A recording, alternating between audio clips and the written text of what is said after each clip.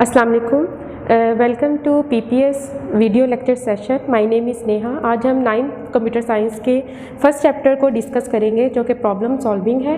लेकिन problem solving को समझने से पहले हम कंप्यूटर की मेन डेफिनेशन को देखते हैं। Computer is an electronic device which input a data, process it and display information from a data. क्या मतलब है कि कंप्यूटर का मेन काम क्या है कि इनपुट को वो लेता है, प्रोसेस करता है और इन्फॉर्मेशन में कन्वर्ट करता है। अब इनपुट आ डाटा जैसे फॉर एग्जांपल कीबोर्ड के ज़रिए आप कोई भी डाटा देते हो, प्रोसेस करते हो, सीपीयू के ज़रिए कंप्यूटर उसको प्रोसेस करता है और मॉनिटर पे इंफॉर्मेशन को शो की जाती है। अब इसकी एग्जांपल या अगर इसको देखा जाए कि डाटा प्रोसेस होके इंफॉर्मेशन में कन्वर्ट होता है। अब इसकी अगर एग्जांपल हम देखें जैसे 4 और 5 जो है वो एक डाटा है। अब डाटा क्या होता है, बजाते खुद वो कोई मीनिंग नहीं रखता जब तक उस पर कोई प्रोसेसिंग ना हो।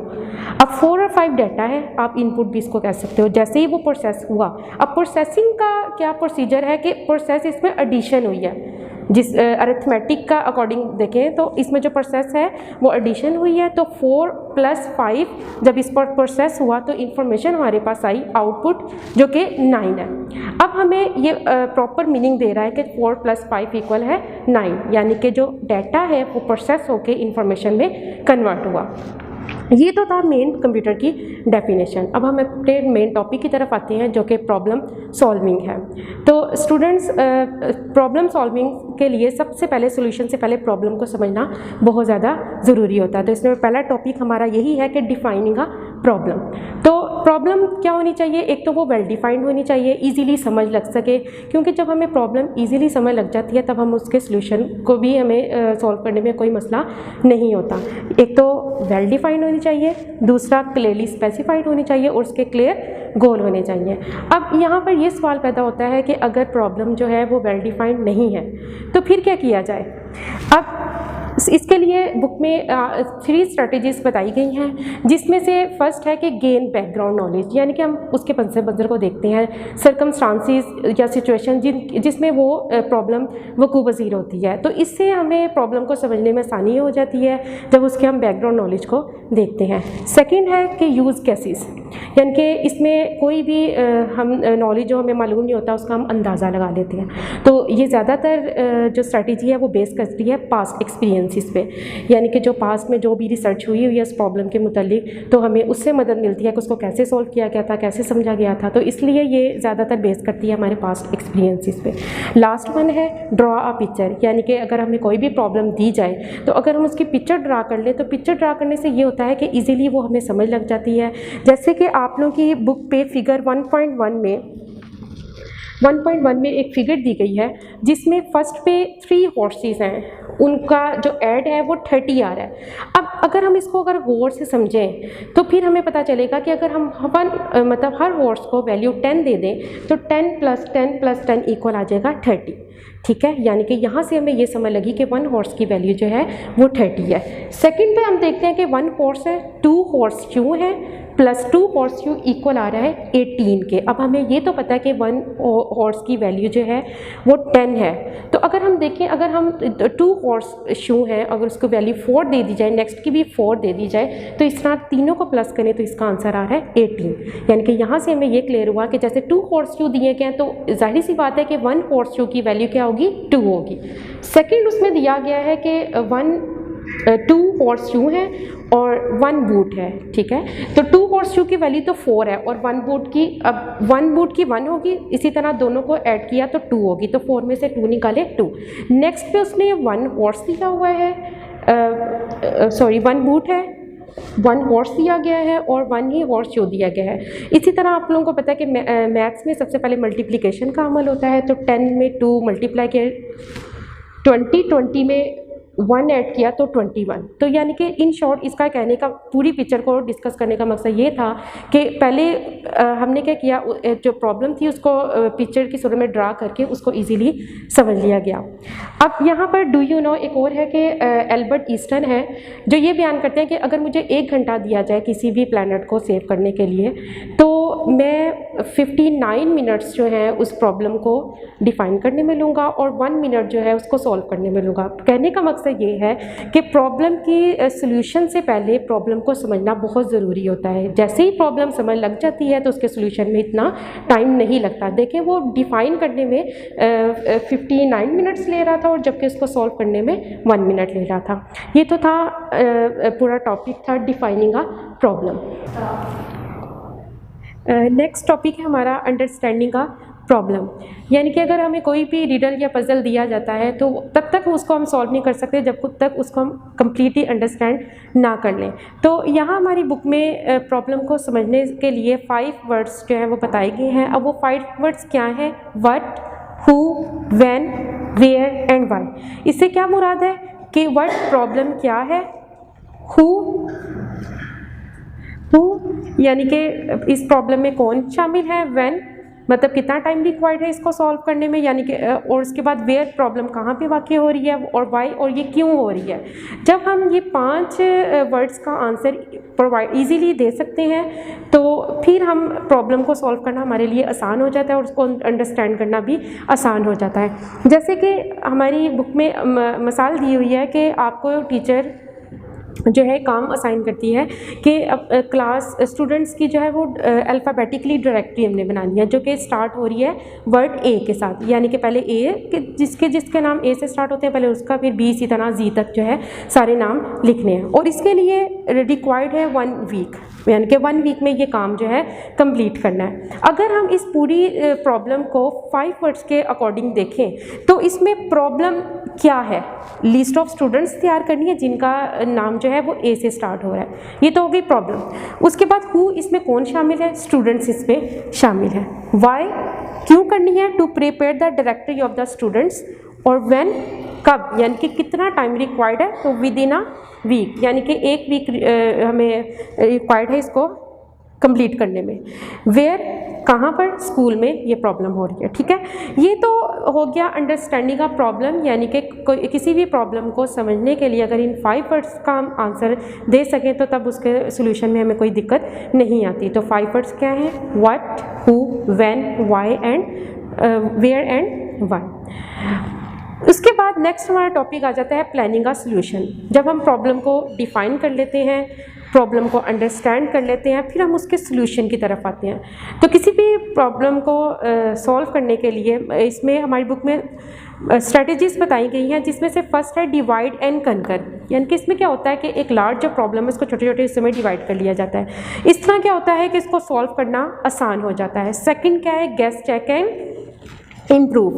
अब इसमें जो हमने अंदाजे लगाए होते हैं उसको हम चेक करते हैं और जब तक हम रिक्वायर्ड सोल्यूशन की तरफ ना पहुंच सकें तब तक उसको हम दोबारा जो है चेक एंड इम्प्रूव करते रहते हैं। इस पूरे प्रोसीजर इटरेटिव प्रोसेस होता है, यानी कि बार बार उसको चेक किया जाता है जब तक हम रिक्वायर्ड सोल्यूशन की तरफ ना पहुंच सकें। नेक्स्ट है एक्टिंग आउट। इससे क्या मुराद है? यानी कि जो भी प्रोग्रामर है या जिसने भी प्रॉब्लम सॉल्व करना है वो एक पेज पर तमाम वो मराहिल लिख लेता है जो कि उसने परफॉर्म करने हैं। अब इसकी रोज़मर्रा ज़िंदगी में एग्जांपल इस तरह दे सकते हैं, जैसे आपने ग्रोसरी की चीज़ें लेनी है, मार्केट में जाना है, ग्रोसरी की चीज़ें लेनी है, तो आप लोग क्या करोगे? एक लिस्ट पे पहले ही चीज़ें लिख लेते हो। इस तरह क्या होता है कि इजीली हमें पता चल जाता है हमने क्या क्या चीज़ें लेनी है, इससे टाइम भी बच जाता है और इजीली प्रॉब्लम जो है वो सॉल्व भी हो जाती है। तो जो भी प्रोग्रामर है जो प्रॉब्लम को सॉल्व कर रहा है वो क्या करेगा कि एक पेज पे अपनी तमाम एक्टिविटीज़ को लिख लेगा जो इसने परफॉर्म करनी है। एक्टिंग आउट पे ये होगा। नेक्स्ट है प्रोटोटाइप। इसमें क्या किया जाता है? Pictorial representation of any solution, यानी कि पिक्टोरियल फॉर्म होती है कोई भी सोल्यूशन की।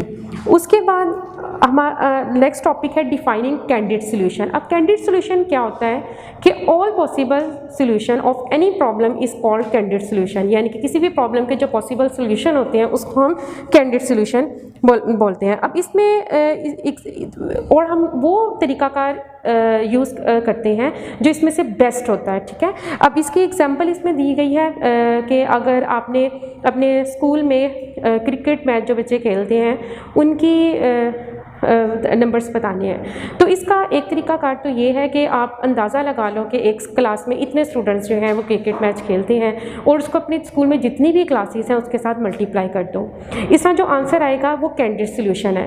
तो अगर देखा जाए इसका एक बेस्ट सोल्यूशन ये भी है कि आप क्लास में हर टीचर के पास जाओ, इन्फॉर्मेशन लो कि इस क्लास में कितने बच्चे जो है वो क्रिकेट मैच खेलते हैं। इस तरह जो आप लोगों के पास तमाम क्लासेस के नंबर स्टूडेंट्स को इकट्ठा कर लो, तो इस तरह जो सोल्यूशन आएगा वो भी एक कैंडिडेट सोल्यूशन है। तो आपने खुद चूज़ करना होता है कि इसमें कौन सा बेस्ट है इसको फाइंड करने के लिए। अब इसमें एक एक्टिविटी बताई गई है, जैसे अपनी क्लास में एवरेज स्टूडेंट्स की एवरेज हाइट लिखनी है, ठीक है। तो इसके लिए भी दो तरीक़ेकार बताएंगे हैं, जिसमें से एक मेजरिंग टेप के ज़रिए है कि मेजरिंग टेप के ज़रिए आप स्टूडेंट्स का जो है वो जितनी उसकी हाइट है उस पर निशान लगा लो, हर स्टूडेंट्स की तरह में हाइट मिल जाएगी तो एवरेज हाइट हम मालूम कर सकते हैं। सेकंड तरीकाकार क्या है कि कोई भी नॉन ऑब्जेक्ट जिसकी आपको हाइट मालूम है, जैसे कि एक बुक है, बुक की फॉर एग्जांपल हाइट 8 सेंटीमीटर है, तो आप लोगों के पास इंटरवल 8 सेंटीमीटर का आ गया। तो इसी तरह जब इसकी कैलकुलेशन करेंगे तो ये 8 सेंटीमीटर है, दोबारा फिर 8 सेंटीमीटर और फिर 8 सेंटीमीटर, ये तब तक हम करेंगे जब तक वो रिक्वायर्ड बच्चे की हाइट मालूम ना हो जाए। इस तरह भी हमें हर बच्चे की हाइट मालूम हो तो हम एवरेज हाइट जो है वो निकाल सकते हैं। तो ये तो हो गया कैंडिडेट सोल्यूशन।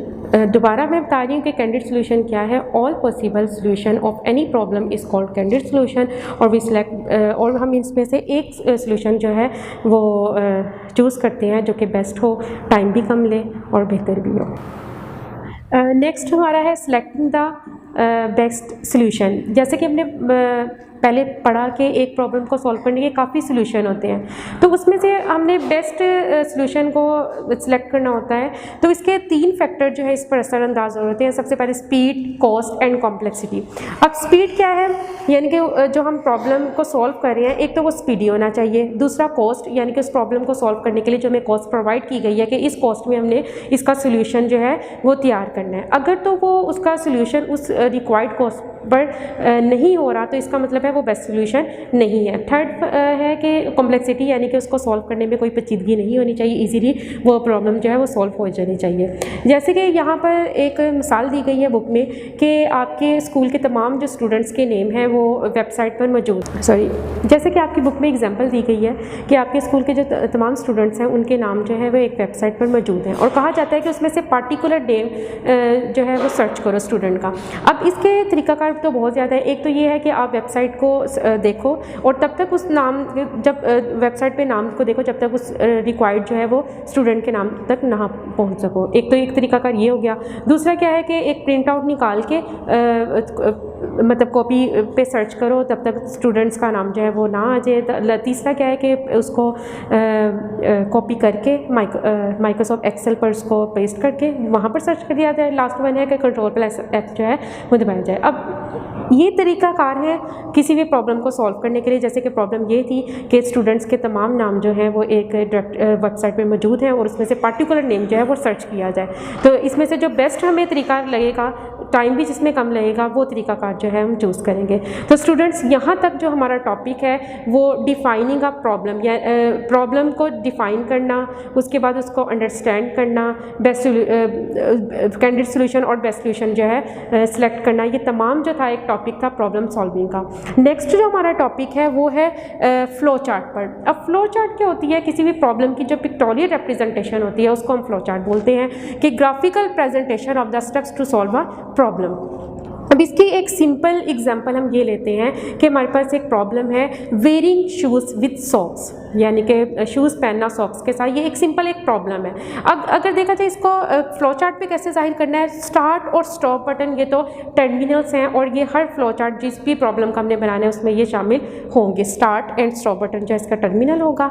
अब सबसे पहले क्या आ जाता है, टेक शूज़ एंड सॉक्स, उसके बाद wearing socks and wearing shoes, बस प्रॉब्लम होगी सॉल्व। अब इसमें सबसे पहला तो ऑर्डर तो सबसे पहले ये कि स्टेप्स तो अहम हैं, स्टेप्स के साथ साथ इसमें ऑर्डर भी बहुत ज़्यादा ज़रूरी है।